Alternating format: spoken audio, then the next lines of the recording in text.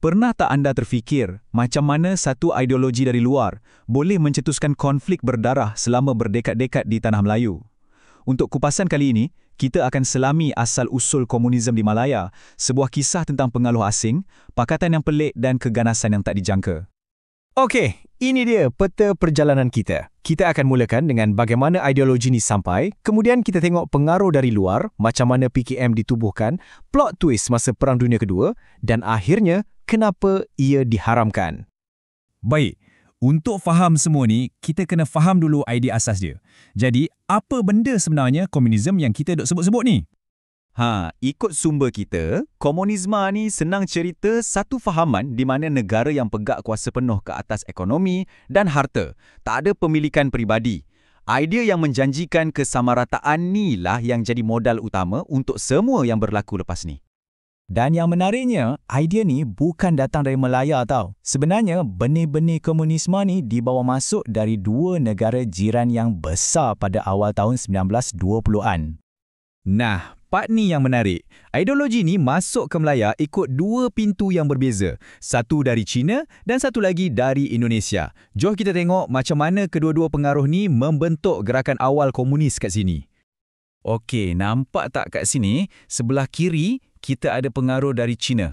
Parti politik macam Kuomintang dan Parti Komunis China dah siap buka cawangan dan sekolah. Memang dah ada base kat sini. Sebelah kanan pula, kita ada pemimpin komunis dari Indonesia yang cuba nasib tapi tak berapa menjadi. Kenapa? Sebab cara ganas diorang tu buat orang Melayu tak suka. Perbezaan ni penting sebab ia jelaskan kenapa pengaruh dari China jauh lebih kuat dalam gerakan komunis di Malaya. Jadi, bila dah ada macam-macam pengaruh dari luar ni dan cubaan awal pun tak berapa menjadi, inilah masanya untuk satu parti komunis yang betul-betul lokal dan lebih tersusun ditubuhkan di Malaya. Parti Komunis Nanyang yang awal tu, dia cuba nak cover satu Asia Tenggara. Tapi, gagal. Tak menjadi. Jadi, arahan baru pun turun dari Moskow. Lupakan yang besar-besar tu, fokus satu je, khas untuk Malaya.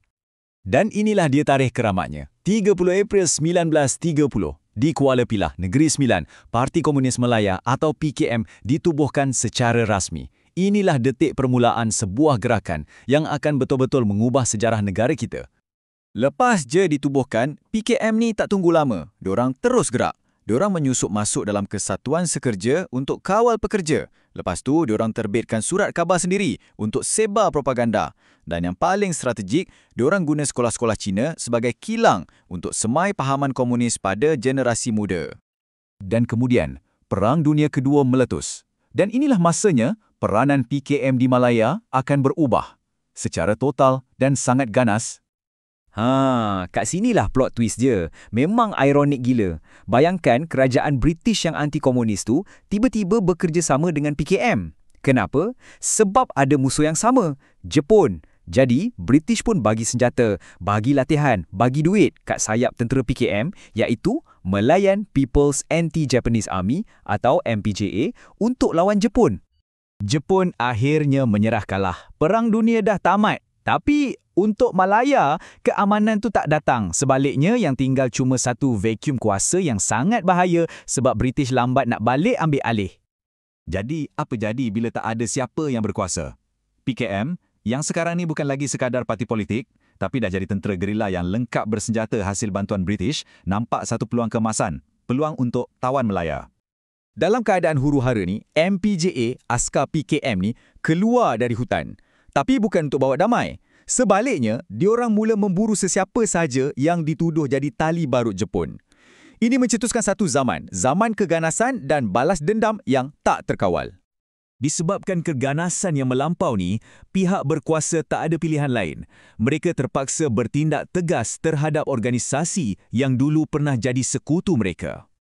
Hubungan sekutu masa perang tu hancur lebur. Disebabkan kekejaman yang mereka buat, Parti Komunis Malaya secara rasminya diharamkan. Titik. Sekarang mereka adalah musuh negara. Sumber kita merumuskan segalanya dengan ayat ni. Ideologi ini telah mencetuskan masalah dan kemusnahan. Satu ayat yang cukup padat untuk gambarkan kesan awal PKM. Jadi, kalau kita nak simpulkan, inilah dia kisahnya. Satu gerakan yang bermula sebagai idea politik dari luar negara, kemudian berubah jadi tentera gerilya yang digeruni dan akhirnya jadi sebuah pertubuhan yang diharamkan. Tapi jangan ingat bila dah diharamkan cerita ni habis. Sebenarnya inilah permulaan kepada konflik yang akan berlanjutan berpuluh-puluh tahun lagi dan ia tinggalkan kita dengan satu persoalan besar. Macam mana satu gerakan yang dah diharamkan yang lahir dari perang dan ideologi asing boleh terus beri kesan yang begitu mendalam pada masa depan sesebuah negara?